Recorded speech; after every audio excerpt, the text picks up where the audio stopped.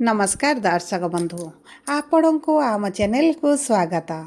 आज भिडटी समस्त कर्कट राशि व्यक्ति विशेषों बहुत गुरुत्वपूर्ण रही से आपणकर जदि कर्कट राशि होता है तेबे यही भिडटी को निश्चित भाव में थरे मात्र शेष पर्यंत देखंतु एवं निजर व्यस्त बहुल समय मध्यरु मात्र 10 मिनिट समय आपण निज पाई दियंतु एवं जानतु एही 21 तारीख परठारु हेबाकु थिबा विराट परिवर्तनर भविष्यवाणी विषय देखंतु दर्शक बंधु एही अगस्ट मास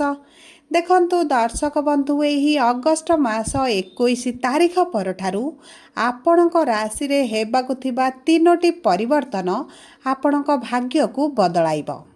प्रथम है आपणकर बुध बक्री हेउछंती मार्गी, द्वितीयटी है सूर्य करिछंती राशि परिवर्तन, तृतीयटी है 21 तारीख दिन शुक्र करुछंती राशि परिवर्तन एवं 30 तारीख रे पुनर्बार बुध करुछंती परिवर्तन।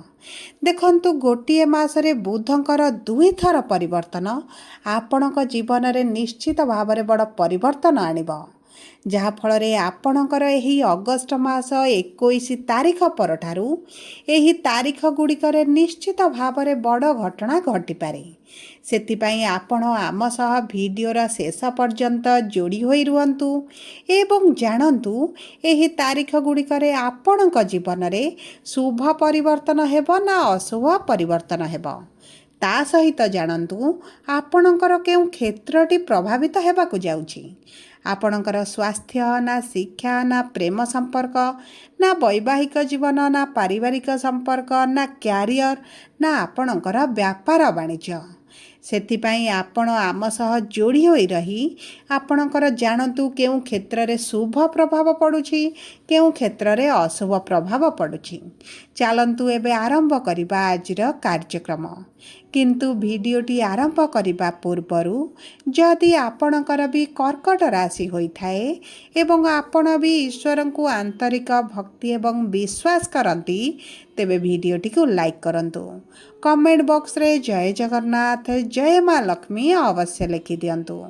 ता सहित आपणक मनरे जहाँ भी प्रश्न रही जहाँ भी द्वंद्व रही आपण कमेंट बॉक्स रे लिखि जणांतु।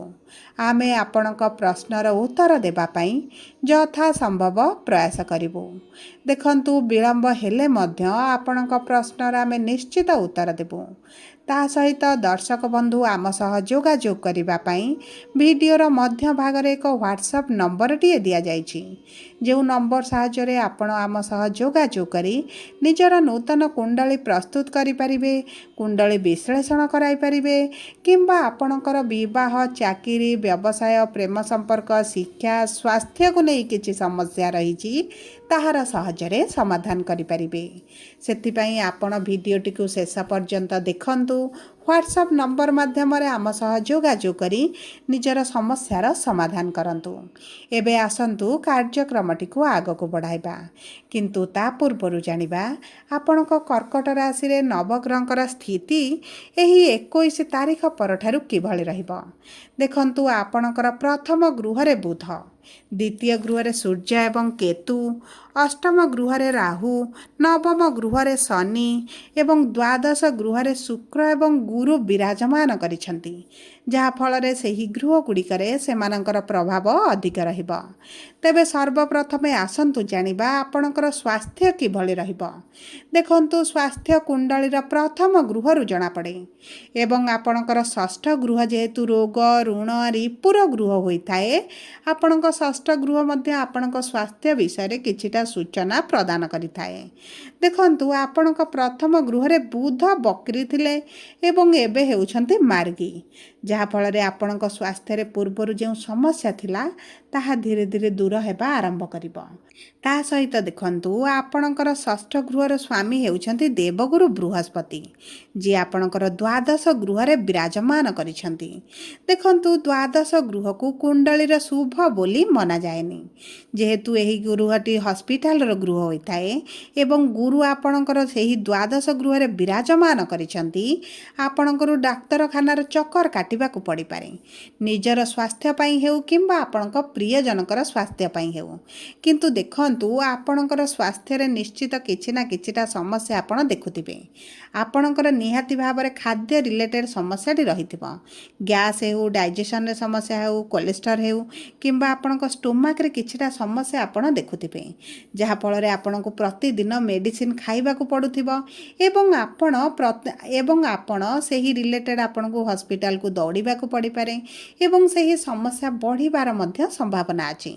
ତା ସହିତ ଯଦି ଆମେ ଦେଖିବା, ଆପଣଙ୍କର ଶନି ଯେହେତୁ ଭାଗ୍ୟର ଗୃହରେ ଅଛନ୍ତି ଏବଂ ଆପଣଙ୍କର ଅଷ୍ଟମ ଗୃହକୁ ବକ୍ରି ସ୍ଥିତିରେ ପ୍ରଭାବିତ କରୁଛନ୍ତି, ଆପଣଙ୍କର କିଛିଟା ସ୍ୱାସ୍ଥ୍ୟରେ ଏଭଳି ସମସ୍ୟା ଦେଖା ଦେଇପାରେ ଯାହାର ପ୍ରକୃତ କାରଣ ମଧ୍ୟ ଆପଣ ଜାଣିପାରିବେନି, କିନ୍ତୁ ଆପଣଙ୍କୁ ବେଳେବେଳେ ଅସୁସ୍ଥ ଥିଲାଭଳି ଅନୁଭବ ହେବ ଏବଂ ବେଳେବେଳେ ସୁସ୍ଥ ଥିଲାଭଳି ଅନୁଭବ ହେବ।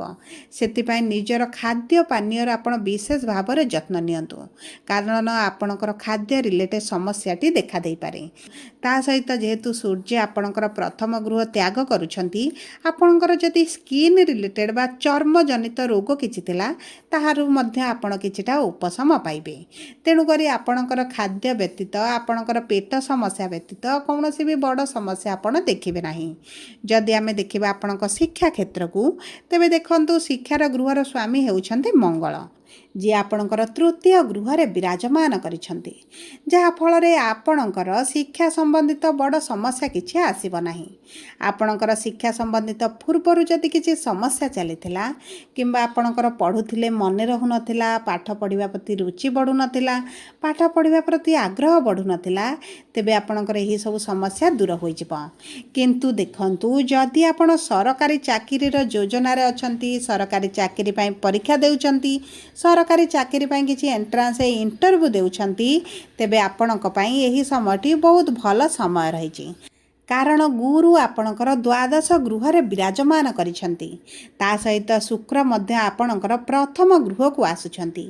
ଦେଖନ୍ତୁ, ଗଭର୍ଣ୍ଣମେଣ୍ଟ ଚାକିରି ପାଇଁ ବହୁତ ଭଲ ଯୋଗ ଆପଣଙ୍କର ବନୁଛି। ଗୋଚର ଅନୁସାରେ ଗୁରୁଙ୍କର ଶୁଭ ଦୃଷ୍ଟି ସରକାରୀ କାର୍ଯ୍ୟ ପାଇଁ ବହୁତ ଭଲ ରହିଛି। କିନ୍ତୁ ଆପଣଙ୍କ କୁଣ୍ଡଳୀରେ ସରକାରୀ ଚାକିରିର ଯୋଗ ଅଛି କି ନାହିଁ, ତାହା ସବୁଠାରୁ ଗୁରୁତ୍ୱପୂର୍ଣ୍ଣ। ଯଦି ଆପଣଙ୍କର ସରକାରୀ ଚାକିରିର ଯୋଗ ଅଛି, ତେବେ ଆପଣଙ୍କର ସରକାରୀ ଚାକିରି ନିଶ୍ଚିତ ଭାବରେ ହୋଇଯିବ। ଯଦି ଆମେ ଦେଖିବା ଆପଣଙ୍କର ପ୍ରେମ ସମ୍ପର୍କକୁ, ତେବେ ପ୍ରେମ ସମ୍ପର୍କରେ ଆପଣଙ୍କର ନିକଟତରତା ବଢ଼ିବ, ମାନ ସମ୍ମାନ ବୃଦ୍ଧି ପାଇବ, ବୁଝାମଣା ଭଲ ରହିବ ଏବଂ ଆପଣଙ୍କ ସାଥୀଙ୍କ ସହିତ ଆପଣ ଯେକୌଣସି ନିଷ୍ପତ୍ତି ନେବେ, ଆପଣଙ୍କ ପାଇଁ ଭବିଷ୍ୟତରେ ଏହା ଶୁଭଦାୟକ ରହିବ। ତା ସହିତ ଆପଣଙ୍କ ସମ୍ପର୍କରେ ମଧୁରତା ବଢ଼ିବା ସହିତ ନିକଟତରତା ମଧ୍ୟ ବୃଦ୍ଧି ହେବ। ଉଭୟଙ୍କୁ ବୁଝିବା ସହିତ ଉଭୟଙ୍କ ନିଷ୍ପତ୍ତିକୁ ସମ୍ମାନ ଦେବା ସହିତ ବିବାହର ନିଷ୍ପତ୍ତି ମଧ୍ୟ ଆପଣ ନେଇପାରନ୍ତି। ଏବଂ ଦେଖନ୍ତୁ, ଆପଣଙ୍କ ସମ୍ପର୍କକୁ ଯଦି ଆପଣ ଆଗକୁ ବଢ଼ାଇବା ପାଇଁ ଚାହୁଁଛନ୍ତି, ତେବେ ଆପଣଙ୍କ ସମ୍ପର୍କରେ କୌଣସି ବାଧା ବିଘ୍ନ ଏବେ ଦେଖାଯିବ ନାହିଁ, କାରଣ ଆପଣଙ୍କ ବିବାହର ଗୃହର ସ୍ୱାମୀ ଆପଣଙ୍କର ଭାଗ୍ୟର ଗୃହରେ ବିରାଜମାନ ହୋଇଛନ୍ତି। ମାନେ ଶନି ଆପଣଙ୍କ ବିବାହର ଗୃହର କାରକ ଗ୍ରହ ବା ଶନି ଆପଣଙ୍କ ବିବାହର ଗୃହର ସ୍ୱାମୀ ହୋଇଥିବାରୁ, ଆପଣଙ୍କ ଭାଗ୍ୟର ଗୃହରେ ଥିବାରୁ ଆପଣଙ୍କ ପାଇଁ ଶୁଭ ଫଳ ପ୍ରଦାନ କରିବେ। ଦେଖନ୍ତୁ, ଆପଣଙ୍କ କୁଣ୍ଡଳୀରେ ଯଦି ଶନି ଉଚ୍ଚ ଥିବେ, ମିତ୍ର ଗୃହରେ ମିତ୍ର ରାଶିରେ ଥିବେ, ତେବେ ଆପଣଙ୍କ ବିବାହ ହେବାର ବହୁତ ଅଧିକ ସମ୍ଭାବନା ଅଛି। ଯଦି ଆପଣଙ୍କର ଶନି ନୀଚ ଥିବେ କିମ୍ବା ଶନି ପୀଡ଼ିତ ଥିବେ, ଶତ୍ରୁ ଗୃହରେ ଶତ୍ରୁ ରାଶିରେ ଥିବେ, ତେବେ ଆପଣଙ୍କୁ ବିବାହରେ କିଛିଟା ବିଳମ୍ବ ଦେଖିବେ, ସମସ୍ୟା ଦେଖିବେ। ବିବାହ ନ ହେବାର ମଧ୍ୟ ବହୁତ ଅଧିକ ସମ୍ଭାବନାଟି ବଢ଼ିଯିବ। ସେଥିପାଇଁ ଆପଣଙ୍କ କୁଣ୍ଡଳୀକୁ ଥରେ ବିଶ୍ଳେଷଣ କରାନ୍ତୁ, ଜାଣନ୍ତୁ ଆପଣଙ୍କ କୁଣ୍ଡଳୀରେ ଶନିଙ୍କର ସ୍ଥିତିଟି କିଭଳି ରହିଛି। ଯଦି ବି ଖରାପ ସ୍ଥିତିରେ ଅଛନ୍ତି, କିଛିଟା ଉପାୟ କରନ୍ତୁ ଏବଂ କିଛିଟା ସହଜ ସରଳ ପ୍ରତିକାର କରି ଶନିଙ୍କ ପ୍ରକୋପରୁ ଆପଣଙ୍କୁ କିଛି ମାତ୍ରାରେ ଶୁଭ ଫଳ ମିଳିବ। ଯଦି ଆମେ ଦେଖିବା ଆପଣଙ୍କର ବିବାହର ଯୋଗକୁ ବା ଆପଣଙ୍କ ବୈବାହିକ ସମ୍ପର୍କକୁ, ତେବେ ବିବାହର ଯୋଗ ଆପଣଙ୍କର ଭଲ ରହିଛି, କାରଣ ଶୁକ୍ର ଆପଣଙ୍କ ପ୍ରଥମ ଗୃହକୁ ଆସୁଛନ୍ତି, ସପ୍ତମ ଗୃହକୁ ଦୃଷ୍ଟି ଦେଉଛନ୍ତି।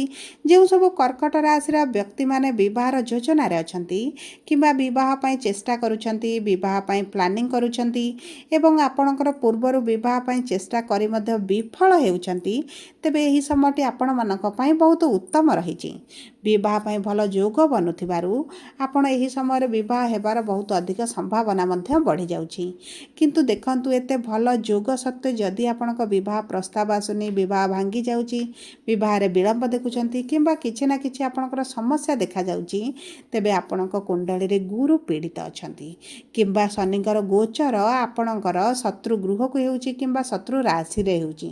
ସେଥିପାଇଁ ଆପଣଙ୍କ ବିବାହ ପୂର୍ବରୁ କୁଣ୍ଡଳୀ ବିଶ୍ଳେଷଣ କରାନ୍ତୁ, ଗୁରୁଙ୍କର ସ୍ଥିତି ଜାଣନ୍ତୁ। ଶୁଭ ଗ୍ରହ ଯେହେତୁ ଗୁରୁ ହୋଇଥିବାରୁ ଆପଣଙ୍କ ବିବାହ ପାଇଁ ଗୁରୁଙ୍କର ସ୍ଥିତିଟି ବହୁତ ଅଧିକ ଗୁରୁତ୍ୱପୂର୍ଣ୍ଣ। ଯଦି ଆମେ ଦେଖିବା ଆପଣଙ୍କ କର୍ମକ୍ଷେତ୍ରକୁ, ତେବେ କର୍ମଗୃହର ସ୍ୱାମୀ ହେଉଛନ୍ତି ମଙ୍ଗଳ, ଯିଏ ଆପଣଙ୍କ ତୃତୀୟ ଗୃହରେ ବିରାଜମାନ ହୋଇଛନ୍ତି। ଆପଣଙ୍କୁ କର୍ମକ୍ଷେତ୍ରରେ ବହୁତ ଅଧିକ ଶୁଭଫଳ ପ୍ରଦାନ କରିବେ। ଯଦି ଆପଣ ଅନଲାଇନରେ କାମ କରୁଛନ୍ତି, ଡିଜିଟାଲ ମିଡ଼ିଆରେ କାମ କରୁଛନ୍ତି, ସଫ୍ଟୱେରରେ କାମ କରୁଛନ୍ତି, ତେବେ ଆପଣଙ୍କ ପାଇଁ ବହୁତ ଭଲ ସମୟ ରହିଛି। ଆପଣଙ୍କ ପରିଶ୍ରମ ବଢ଼ିବା ସହିତ ଇନକମ୍ ମଧ୍ୟ ବୃଦ୍ଧି ଘଟିବ। ଆପଣଙ୍କ ଇନକମ୍ ବଢ଼ିବା ସହିତ ଆପଣଙ୍କର ମାନ ସମ୍ମାନ ପ୍ରତିଷ୍ଠା ମଧ୍ୟ ବୃଦ୍ଧି ଘଟିବ। ଆପଣ ସମାଜରେ ନୂତନ ପରିଚୟ ମଧ୍ୟ ସୃଷ୍ଟି କରିବେ। ଆପଣ ଗୋଟେ ନିଜର ପ୍ରତିଷ୍ଠା ମଧ୍ୟ ତିଆରି କରିବେ। ଯଦି ଆମେ ଦେଖିବା ଆପଣଙ୍କ ବ୍ୟବସାୟରେ ମଧ୍ୟ ଆପଣଙ୍କୁ ଉନ୍ନତି ମିଳିବ। କିନ୍ତୁ ଦେଖନ୍ତୁ, ଭାଗ୍ୟର ଗୃହରେ ଶନି ଯେହେତୁ ଅଛନ୍ତି, ଆପଣଙ୍କ ପରିଶ୍ରମ ଟିକେ ଅଧିକ ରହିବ। ଆପଣଙ୍କ ପରିଶ୍ରମ ବଢ଼ିବା ସହିତ ଆପଣଙ୍କର ଇନକମ୍ ମଧ୍ୟ ବଢ଼ିବ, କାରଣ ଲାଭର ଗୃହର ସ୍ୱାମୀ ଆପଣଙ୍କ ରାଶିକୁ ଆସୁଛନ୍ତି। ତେଣୁକରି ଆପଣଙ୍କ ବ୍ୟବସାୟରେ ଏବେ ଯେଉଁ ମାନ୍ଦା ପରିସ୍ଥିତି ଚାଲିଛି, ବ୍ୟବସାୟରେ ଲସ୍ ଦେଖୁଛନ୍ତି, ବ୍ୟବସାୟରେ ଆପଣଙ୍କୁ ଏତେ ଅଧିକ ଲାଭ ହେଉନାହିଁ, ସେହିସବୁ ପରିବର୍ତ୍ତନ ଆପଣଙ୍କର ଘଟିବ। ଆପଣଙ୍କ ବ୍ୟବସାୟରେ ଉନ୍ନତି ଆସିବ।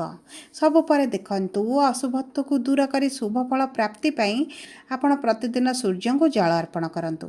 ତା ସହିତ ସୂର୍ଯ୍ୟ ଅସ୍ତ ପରେ ଚନ୍ଦ୍ରଙ୍କର ବୀଜ ମନ୍ତ୍ର 108 ଥର ପାଠ କରନ୍ତୁ। ବିଷ୍ଣୁ ସହସ୍ରନାମ ପାଠ କରନ୍ତୁ ଏବଂ ଚେଷ୍ଟା କରିବେ ଆପଣ ପକ୍ଷୀକୁ କିଛି ଖାଦ୍ୟ ଦେବା ପାଇଁ। ଏହା ଆପଣଙ୍କ ଭାଗ୍ୟରେ ବଡ଼ ପରିବର୍ତ୍ତନ ଆଣିବ। ସବୁ ପରେ ଯଦି ଆପଣଙ୍କର କର୍କଟ ରାଶି, ଭିଡ଼ିଓଟି କିଭଳି ଲାଗିଲା କମେଣ୍ଟ ବକ୍ସରେ ଲେଖି ଜଣାନ୍ତୁ। ଯଦି ଆପଣଙ୍କ ପ୍ରିୟଜନଙ୍କର କର୍କଟ ରାଶି, ଭିଡ଼ିଓଟି ତାଙ୍କ ସହ ସେୟାର କରନ୍ତୁ। ଯଦି ପ୍ରଥମ ଥର ଆମ ଚ୍ୟାନେଲକୁ ଆସିଛନ୍ତି, ଚ୍ୟାନେଲଟିକୁ ସବସ୍କ୍ରାଇବ୍ କରନ୍ତୁ। ପାଖରେ ଥିବା ବେଲ୍ ଆଇକନକୁ ପ୍ରେସ୍ କରନ୍ତୁ। ଧନ୍ୟବାଦ।